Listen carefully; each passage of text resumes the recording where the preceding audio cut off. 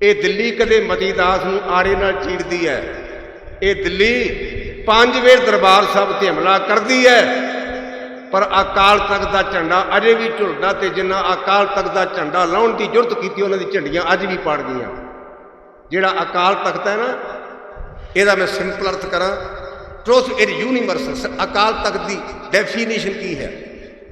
यानी जी अकाल तख्त का अर्थ की हुंदा है? अकाल तख्त है आद सच, जुगाद सच, है भी सच, नानक होसी भी सच।